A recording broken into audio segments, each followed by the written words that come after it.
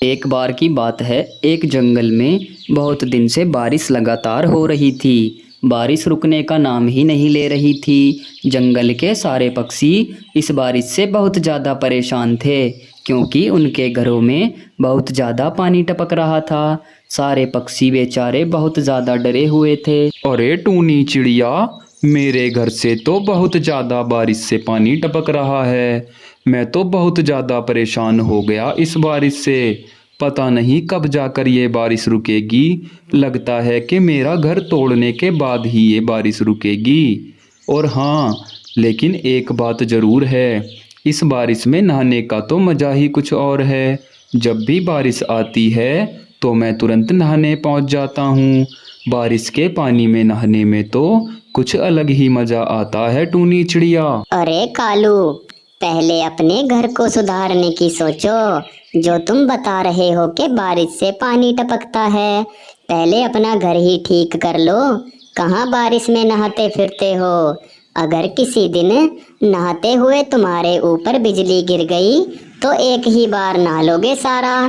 देख लो, मेरी बात बुरा मत मानना, मैं तो तुम्हारे भले के लिए ही कह रही हूँ। अरे टूनी चिड़िया, ऐसा कहकर तो तुम मेरा मजाक उड़ा रही हो। ये बात तुम्हारी ठीक नहीं है। हमें किसी का मजाक नहीं उड़ाना चाहिए। तुम बहुत बुरी हो। मैं यहाँ से जा रहा हूँ। उसके बाद कालू कौवा अपने घर आता है। आखिरकार ये टूनी चिड़िया अपने आप को समझती क्या है। मेरा बहुत ज़्यादा मजाक उड़ा रही थी। इसको तो मैं ऐसा सबक सिखाऊंगा कि ये कभी मुझे भूलेगी भी नहीं। इसके साथ तो मैं बहुत बुरा करूंगा। लगता है इसके अंदर तो बिल्कुल भी दिमाग नहीं है। हमें ऐसे किसी की मजाक नहीं उड़ाना चाहिए। और ये तो सीधा सीधा मेरे मुंह पर ही कह रही थी। इसने मेरे साथ अच्छा नहीं किया। मैं बताऊंगा इसे कि मजाक उड़ाना किसको कहते हैं। दूसरी तरफ टूनी चिड़िया खाने के लिए सोच रही थी। अरे घर में एक भी दाना खाने का नहीं है। चलो पहले कहीं से खाने का इंतजाम करती हूँ, वरना बारिश आ जाएगी, फिर मेरा जाना नहीं होगा। पहले मैं अपने खाने के लिए कुछ इंतजाम करने चलती हूँ। उसके बाद टूनी चिड़िया अपने लिए खाने की तलाश में घर से निकल जाती है। और इसी बात का फ़ायदा उठाकर वो कालू कौवा टूनी चिड़िया के घर को तोड़ने की सोचता है। और फिर वह कुल्हाड़ी लेकर उसके घर को तोड़ने लगता है। उससे घर तो नहीं टूटता, लेकिन वो घर की छत पर बहुत सारे छेद कर देता है। और फिर रात को जब बारिश आती है तो टूनी चिड़िया के घर से पानी टपकने लगता है। ये सब देखकर टूनी चिड़िया बेचारी बहुत ज़्यादा परेशान हो जाती है। अरे ये क्या, मेरा घर तो पूरी तरह से ठीक था, फिर मेरी घर की छत से ऐसे पानी कैसे टपक रहा है? मैंने तो कुछ दिन पहले घर की पूरी मरम्मत की थी, लेकिन फिर भी मेरे घर से पानी टपक रहा है। मुझे तो कुछ समझ नहीं आ रहा। कहीं मेरी लकड़ियां गल तो नहीं गई? मुझे इस घर से जल्दी निकलना होगा, नहीं तो ये घर टूट जाएगा। फिर मैं इसके नीचे दबकर मर जाऊंगी। ऐसा करती हूँ, कल सुबह ही मैं इस घर से बाहर निकलती हूँ। उसके अगले ही दिन टूनी चिड़िया अपना घर छोड़कर वहाँ से चली जाती है। और रात को बहुत तेज बारिश होती है, लेकिन टूनी चिड़िया बिना घर के वहीं पर बैठी रहती है। पूरी रात टूनी चिड़िया भीगती ही रहती है। मुझे अपने नए घर का इंतजाम करना होगा, नहीं तो मैं बारिश में भीगकर बहुत ज़्यादा बीमार पड़ जाऊंगी। मुझे कुछ ना कुछ जरूर करना होगा। दूसरी तरफ कालू कौवा ये सब जानकर बहुत ज़्यादा खुश हो रहा था। अब आ रहा होगा टूनी चिड़िया को मजा। बहुत मेरा मजाक उड़ा रही थी, अब खुद ही वो बेघर हो गई है। बहुत ज़्यादा होशियार बन के दिखा रही थी मुझे। मैंने उसके साथ बहुत ही अच्छा किया। अब आगे से वो कभी भी किसी पक्षी की मजाक नहीं उड़ाएगी। अब उसको मैंने अच्छा सबक सिखा दिया है। उसके कुछ ही दिनों बाद टूनी चिड़िया ने अपने लिए एक घर बना लिया था। घर में खाने के लिए एक भी दाना नहीं बचा। जो दाना रखा हुआ था वो सारा तो मैं खा चुका हूँ। चलो बाहर से जाकर खाने का कुछ इंतज़ाम करके आता हूँ, वरना बाद में तो कौन लाएगा। बारिश का मौसम है। अरे ये क्या, ये मेरा घर ऐसे क्यों हिल रहा है? लगता है कि मेरा घर बहुत ज़्यादा कमज़ोर हो गया है।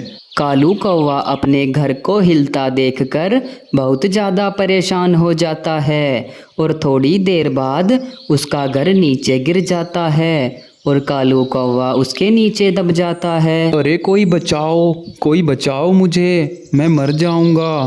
कोई मुझे यहाँ से बाहर निकाल दो। बचाओ मुझे कोई बचाओ। और तभी टूनी चिड़िया वहाँ से गुजर रही थी। वो कालू की आवाज़ सुनकर कालू के पास जाती है और फिर उसे उसके नीचे से निकालती है। टूनी चिड़िया, अगर आज तुम ना होती तो मैं तो इसके नीचे दबकर मर ही जाता। तुम्हारा बहुत बहुत धन्यवाद। मैं तुम्हारा ये एहसान पूरी ज़िंदगी भर नहीं भूलूंगा। लेकिन मुझसे एक गलती हुई है। तुम्हारे घर की छत से जो पानी टपक रहा था वो मैंने ही किया था। मैंने तुम्हारी घर की छत पर छेद कर दिए थे क्योंकि मैं उसको तोड़ने गया था। मुझे माफ़ कर दो टूनी चिड़िया, मुझसे बहुत बड़ी गलती हुई है। मुझे अपनी गलती का एहसास हो रहा है। कोई बात नहीं कालू, तुमने मुझसे बता दिया, यही बहुत बड़ी बात है। और पिछले समय को सोचकर मत जियो। चलो आओ, अब तुम्हारा घर टूट गया है, अब मेरे घर में मेरे साथ रहना, वरना तुम इस जंगल में कहाँ भटकोगे, तुम परेशान हो जाओगे। आओ मेरे घर चलो मेरे साथ। उसके बाद टूनी चिड़िया उसे अपने घर ले आती है और फिर दोनों आराम से उस घर में रहने लगते हैं। दोस्तों, आपको ये वीडियो कैसी लगी हमें कमेंट करके ज़रूर बताएं। एक बार की बात है, एक जंगल में एक टूनी नाम की चिड़िया और उसका पति रहा करते थे। बेचारे दोनों के पास कुछ भी काम नहीं था। खाने से तो वे बहुत ज़्यादा परेशान थे। उन्होंने बहुत दिन से कुछ नहीं खाया था। अरे सुनते हो, बाहर से कुछ खाने के लिए ले आइए ना, बहुत दिन हो गए हैं कुछ खाया भी नहीं है। मुझसे अब रहा नहीं जा रहा। अगर हम कुछ नहीं खाएंगे तो जल्दी ही बीमार हो जाएंगे, फिर तो हमें बहुत ज़्यादा मुसीबत आ जाएगी। अरे टूनी, तुम तो जानती ही हो कि बाहर खाने के लिए कुछ भी नहीं मिल रहा। मैं कल भी गया था लेकिन खाने के लिए कुछ मुझे मिला नहीं। आज देखता हूँ दूसरी तरफ जाऊँगा, अगर कुछ मिल गया तो मैं तुम्हारे लिए ज़रूर लेता आऊँगा। उसके बाद वह खाने की तलाश में घर से निकल जाता है। उसको एक जामुन का पेड़ दिखाई देता है। वो वहाँ जाकर बैठता है। अरे वाह भाई, आज तो मज़ा ही आ गया। इतने सुंदर सुंदर फल तो मैंने पहली बार देखे हैं इस जंगल में। वैसे तो मैं रोज़ यहाँ पर आता हूँ, लेकिन आज से पहले तो मुझे ये जामुन का पेड़ दिखाई ही नहीं दिया। चलो जैसा भी है, जो भी हुआ अच्छा हुआ। आज तो टूनी चिड़िया बहुत खुश होगी। उसने बहुत दिन से कुछ अच्छा नहीं खाया। आज उसको मैं ये जामुन ले जाकर दे दूंगा।